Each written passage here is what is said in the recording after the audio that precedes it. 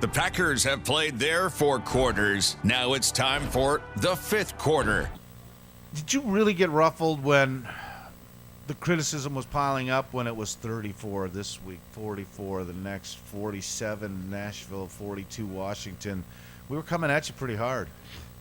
I don't remember you coming at us per se, but that's just comes with the territory. You know, when we do well, we're the best thing ever. When we don't do well, we're horrible. That's just comes with the profession. All right. We have to have thick skin, you know? Yeah, you do. And there haven't been any run-ins. How do you perceive us? I talk about you guys every day of my life. I do. Ask my wife. She's here tonight. I talk to somebody about the Packers every day I'm alive. And I've been doing it for, obviously, on the air for almost 40 years. I want to get – do you guys talk about us? You guys are good. I mean, we're blessed to have a good local media. You know, you guys do a really good job, and you're not. It's like we understand. We know you guys have to ask certain questions. You guys know that we can't particularly answer those questions. Yes, we know. You know, so like for you'll ask a question that you have to ask. We'll give an answer that we have to give, and then you'll leave it alone. You know, the issue comes where there's so much prying and prodding, and then when people start going into guys' personal lives and things like that, it should be strictly football. Yeah. You know? All this right. isn't a gossip column, you know, it's football. No, and the other thing, Aaron mentioned this too about this. There weren't any guys this year that were an anonymous source that spoke negatively about what's going on within, even in the downtimes, in November.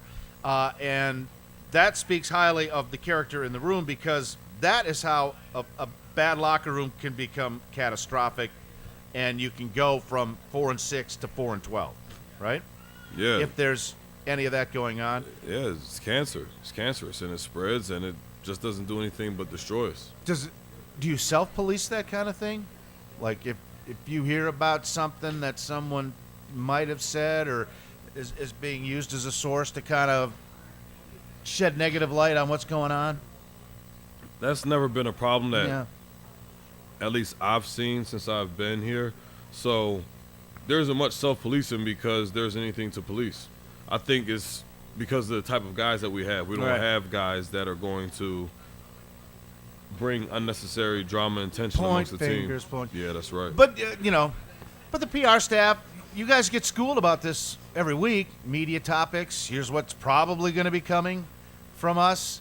Here's how we would like you to deal with these kinds of situations, whether it's a big contract or an off-field incident or those kinds of things, right?